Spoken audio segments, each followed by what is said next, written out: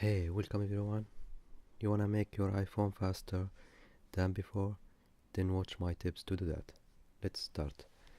You go to the settings, then scroll to general, then scroll to accessibility, scroll down until you see reduce motion.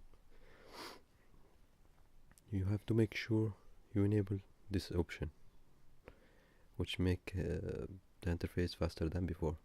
Okay, another thing, we go back to general, then background app refresher.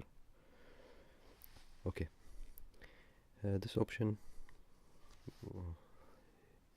some people think, hey, switched off all by going to background app refresh and you select off. But this is not practical. The right thing to do, if scroll down here, you see all the application here. Every app have its own switch. Switch off all the apps. Only keep on apps you accept them to refresh in the background. Okay, another thing, we go to back to settings, then back to, I'm going to privacy.